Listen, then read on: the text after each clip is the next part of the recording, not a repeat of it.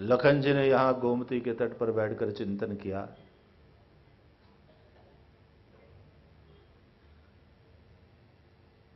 तो यह चिंतन की भूमि है, विचार किया जाए।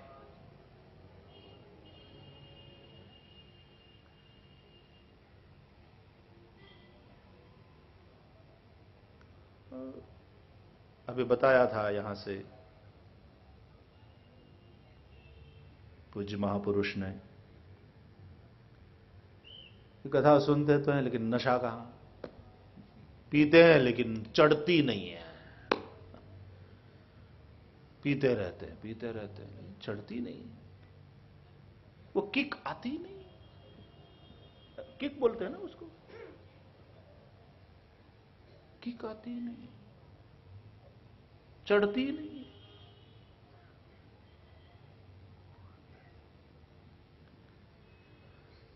सुखदेव को चढ़ी, और सुखदेव जी इसलिए इस कथा को आसव बता रहे हैं। पपुर ज्ञानमयम सौम्यायन मुखाम्बुरुहासवम। आसव, जिसको पीने से नशा चढ़े ऐसा पेय, वाइन वाइन, लेकिन ये साधारण वाइन नहीं, ये डिवाइन है। लेकिन नशा है जरूर। पिए और फिर चढ़े, और एक बार नशा हो जाए तो फिर क्या कहना, फिर बिना कथा के नहीं रह सकते। फिर कथा मात्रैक जीविनः, फिर भगवान की कथा, यही जीवन। और इसलिए श्री सनत कुमार कहते हैं, सदा सेव्या श्रीमद्भागवती कथा। इसलिए राम कथा नित शिव जी गावे।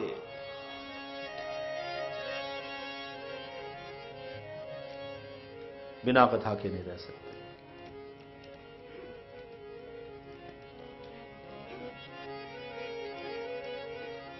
देखो, एक तो कईयों के लिए ये पानी है, पानी पानी, ये कथा पानी, जल।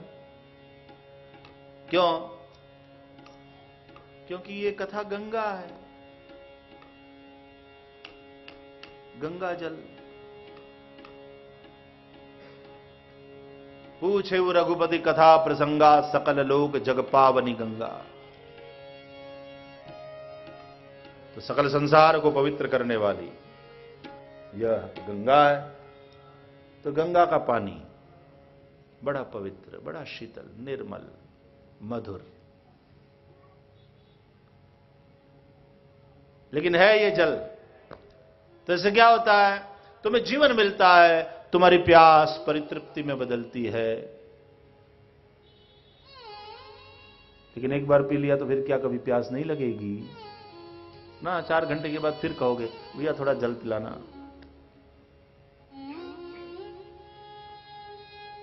पांच 7 घंटे बीत गए, अब तो गला सूख रहा है, भैया बहुत जोरों की प्यास लगी है, थोड़ा जल पिला दो।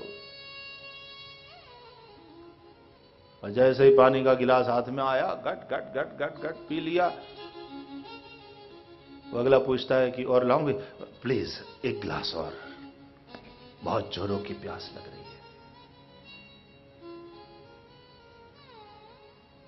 इसलिए एक बार कथा सुन ली तो उस वक्त तृप्ति हुई, ठीक है, लेकिन 4 घंटे के बाद, 7 घंटे के बाद, आज नहीं तो कल, कल नहीं तो परसों फिर प्यास लगनी चाहिए।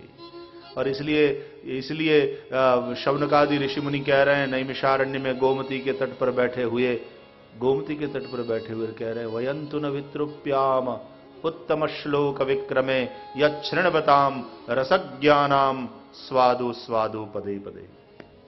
वयंतु न वितृप्याम, हमें तृप्ति नहीं हो रही है।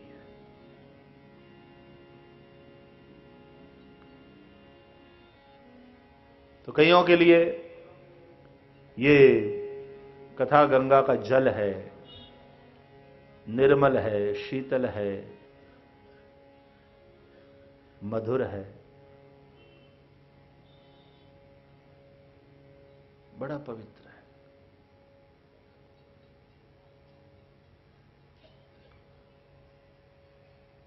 और कईयों के लिए ये अमृत है, सामान्य जल नहीं है, ये अमृत है। जैसे गोपियों ने कहा, तव कथामृतम तप्त जीवनम। और जिनके लिए यह अमृत है, तो यह अमृत देवों के पास जो अमृत है उससे भी बढ़कर के। इसलिए सुखदेव जी महाराज जब राजा परीक्षित को कथा सुनाना आरंभ कर रहे थे, तो स्वर्ग के देव हाथ में अमृत कुंभ लेकर के आए, सुखदेव जी को नमस्कार किए, बोले महाराज परीक्षित जी को 7वें दिन तक्षक के डसने से मृत्यु का शाप हो गया, हम उसके लिए अमृत ले आए हैं, पिला दीजिए परीक्षित को, वे अमर हो जाएंगे। 7 दिन के बाद कौन कहे उनको कभी भी मरना नहीं पड़ेगा। और बदले में जिस कथामृत का पान आप राजा परीक्षित को कराने जा रहे हैं, वो कृपा करके हमको कराइए।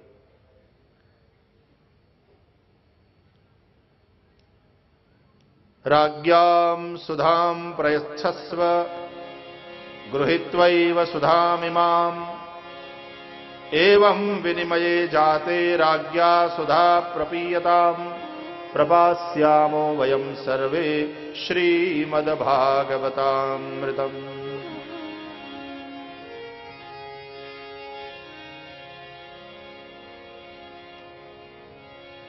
कथा सुधां प्रयच्छस्व गृहीत्वैव सुधामिमाम्। यह अमृत लीजिए और हमको कथामृत दीजिए। राज्ञा सुधा प्रपीयता प्रभास्यामो वयम सर्वे श्रीमद्भागवतामृतम्। राजा परीक्षित अमृत पी ले और हमको दे दो कथामृत। तो सुखदेव जी ने देवताओं को अनअधिकारी, अपात्र, अयोग्य समझा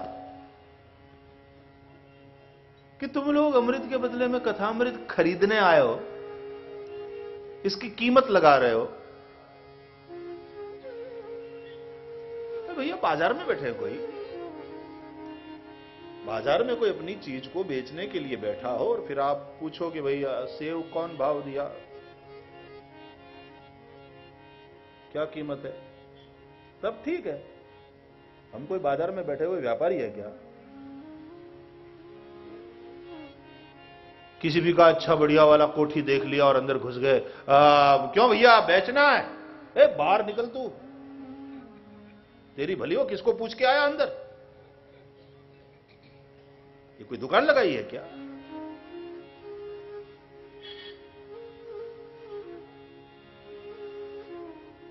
नहीं तो बाहर एक बोर्ड लगा दिया हो तो बात अलग है, टू सेल। तो फिर अच्छा भैया बेचना है, बेचना है तो फिर हम पूछते हैं कितने में बेचोगे, और फिर बार्गेनिंग करो। यहां तो सुखदेव जी से सीधा ही कह दिया, ये आप अमृत लीजिए, कथामृत दीजिए। अरे हमको व्यापारी समझा है, हमको कोई बनिया समझा है, हम कोई बेचने बैठे हैं। और फिर तुम कौन होते हो कीमत लगाने वाले कि अमृत दीजिए, अमृत लीजिए, कथामृत दीजिए? अरे अमृत के बदले में कथामृत मिलेगा क्या? सुनो, व्यापारी किसको कहते हैं? जो ज्यादा लेकर कम दे, वो व्यापारी कहलाता है। सीधी सी बात है ना। 1.25 रुपया तुमसे लेगा तब 1 रुपये की वस्तु देगा, तब तो 4 आना कमाएगा। तो ज्यादा लेकर कम दे वो व्यापारी। तो तुम अमृत देकर कथामृत हमसे लेने आए हो, तो इसका मतलब तुम अपने अमृत की कीमत कथामृत से ज्यादा समझ रहे हो कि तुम्हारा वो ज्यादा वाला लेकर के हम कम। ए पागलों, क्व सुधा क्व कथा लोके क्व काच क्व मणिर्महान। कहां अमृत और कहां कथामृत? तुम्हारा अमृत इसकी बराबरी भी नहीं कर सकता। तुम्हारा अमृत जिसके हाथ लग जाए पी सकता है, लेकिन कथामृत सब कोई नहीं पी सकते। जो अधिकारी हैं, जो योग्य हैं, पात्र हैं, वे ही इसका पान कर सकते हैं। तुम्हारा अमृत जो पी ले उसको अमर बना सकता है, लेकिन कथामृत पीने वाले को अभयत्व प्रदान करता है। अमरत्व से अभयत्व श्रेष्ठ है। देवता अमर बन गए, लेकिन देवताओं के जीवन से भय नहीं गया। भैया, भय मृत्यु का दूसरा नाम है, और जब तक भय है शांति नहीं हो सकती, और जब तक शांति नहीं है सुख नहीं हो सकता। अशांतस्य कुतः सुखम।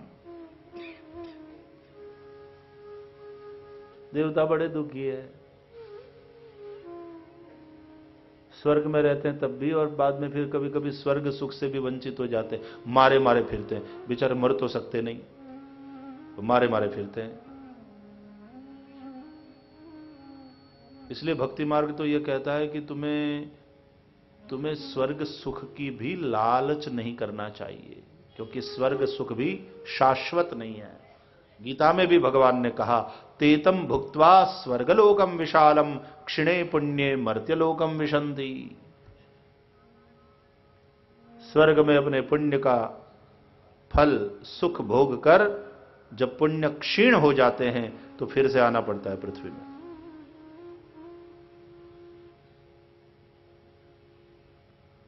मुझे ऐसा लगता है कि स्वर्ग में जाने के पहले पुण्य का किराया एडवांस में जमा करना पड़ता है, वहां भरना पड़ता है। यह स्वर्ग सुख कुछ ऐसा ही है जैसे आप मोबाइल में प्रीपेड कार्ड नहीं डलवाते हो, पहले रुपया दे दिया और फिर फोन करते जाओ, खर्च करते जाओ, बैलेंस कम होती चली जाएगी। तो स्वर्ग सुख भी प्रीपेड मोबाइल जैसा, प्रीपेड सिम कार्ड। पहले स्वर्ग का किराया एडवांस में जमा करो, तब स्वर्ग में एंट्री मिलेगी, और फिर भोगते रहो स्वर्ग सुख। और जब क्षीण हो जाए पुण्य, धक्का दे दिया जाता कि अब जाओ, नाउ योर बैलेंस इज 0, जाओ रिचार्ज कराओ, अपना कार्ड फिर से रिचार्ज कराओ, जाओ फिर से पृथ्वी में कुछ यज्ञ याग आदि करो, कुछ जप तप करो, फिर से कुछ पुण्य अर्जित करो, तब फिर एंट्री मिल सकती है। तो स्वर्ग सुख भी कहां शाश्वत है। भक्ति मार्ग तो कहता है हमें मोक्ष भी नहीं चाहिए। न मोक्षस्य आकांक्षा भव विभवांछापि च न मे, न विज्ञानापेक्षा शशिमुखी सुखेच्छापि न पुनः, अतस्त्वां संयाचे जननि जननम यातु मम वै, मृडानी रुद्राणी शिव शिव भवानीति जपतः। न मोक्षस्य आकांक्षा भव विभव वांछापि में नास्ति। न मोक्ष की आकांक्षा, न भव यानी संसार के वैभव की इच्छा।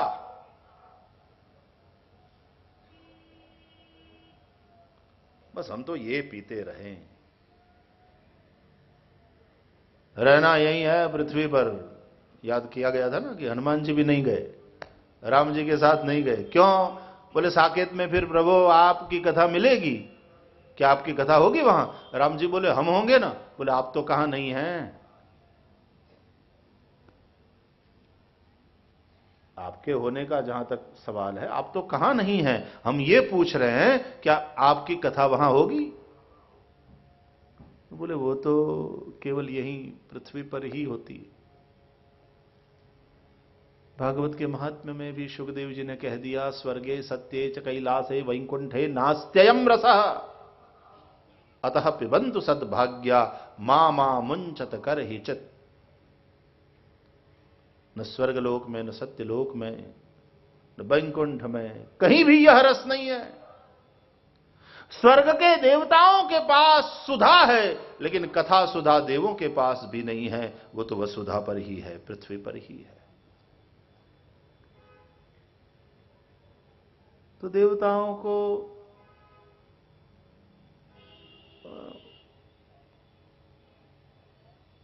भड़काया, भागो यहां से, आए बड़े कथा को खरीदने। ये भक्त का लक्षण नहीं है। अभक्तांस्तांश्च विज्ञाय न ददौ स कथामृतम। देवताओं को अनअधिकारी समझ करके कथामृत नहीं दिला, वो कथामृत परीक्षित को पिलाया। तो यह अमृत से भी बढ़कर के है कथामृत, प्रेमियों के लिए अमृत है। सामान्य जीवों का पानी, लेकिन पियो और जियो, बिना पानी के जी नहीं सकते। प्रेमियों के लिए अमृत, पीते हैं, बड़ा ही मधुरता का अनुभव करते हैं। बड़ी मीठी है कथा, श्रोत्र मनोभिरामात। और सुखदेव जैसे, सनत कुमार जैसे परमहंसों के लिए यह आसव है, इसको पीने से नशा चढ़ता है। ये शंकर जी भंग और गांजा क्या पीते हैं भाई? और वो कौन सी भंग है, कौन सा गांजा है? और फिर हम भगवान शंकर के, भोलेनाथ के भगत इसलिए बन जाते हैं कि भंग का प्रसाद मिले, गांजा पीने को धार्मिक मान्यता मिल जाए। वो नशा नहीं। शंकर जी के पास जो नशा है वो समाधि का है। शंकर जी के पास जो नशा है वो इस कथा रूपी आसव का है। शंकर सहज स्वरूप संभारा, तो लागी समाधि अखंड अपारा। और उस नशे में एक बार डूब गए भोलेनाथ, तो बीते संबत सहस 87,000 वर्ष बीत गए, पता नहीं चला। साहब समाधि लग जाती है तो कितने घंटे कहां बीत जाते हैं। अरे कथा में भी एक समाधि अवस्था आ जाती है, 4 घंटे कहां बीत जाते हैं पता नहीं चलता। वरना आप अपने घर में बैठ करके देखो, 2 घंटा भी नहीं बैठ पाओगे। और यहां 4 घंटे कहां बीत जाते हैं पता नहीं। ये नशा है साहब, एक समाधि दशा है, एक समाधि अवस्था है।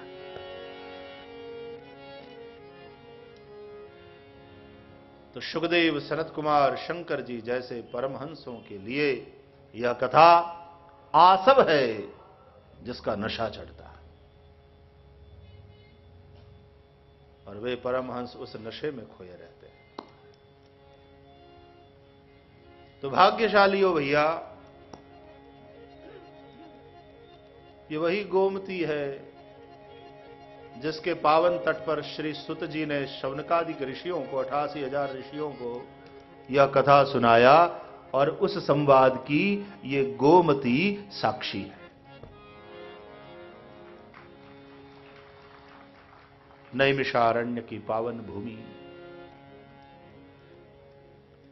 इस संवाद की साक्षी है मां गंगा भागीरथी।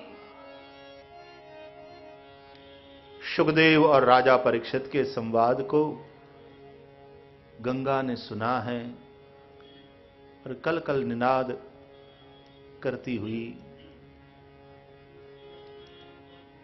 उस संवाद को मानो वो गुनगुना रही है, उसका स्मरण कर रही है और गुनगुना रही है।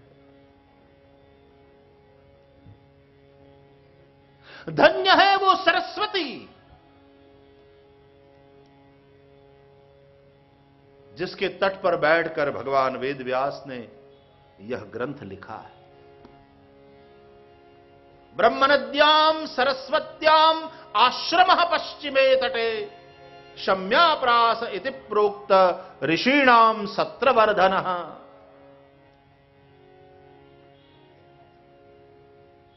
सरस्वती के तट पर लिखा गया है ये।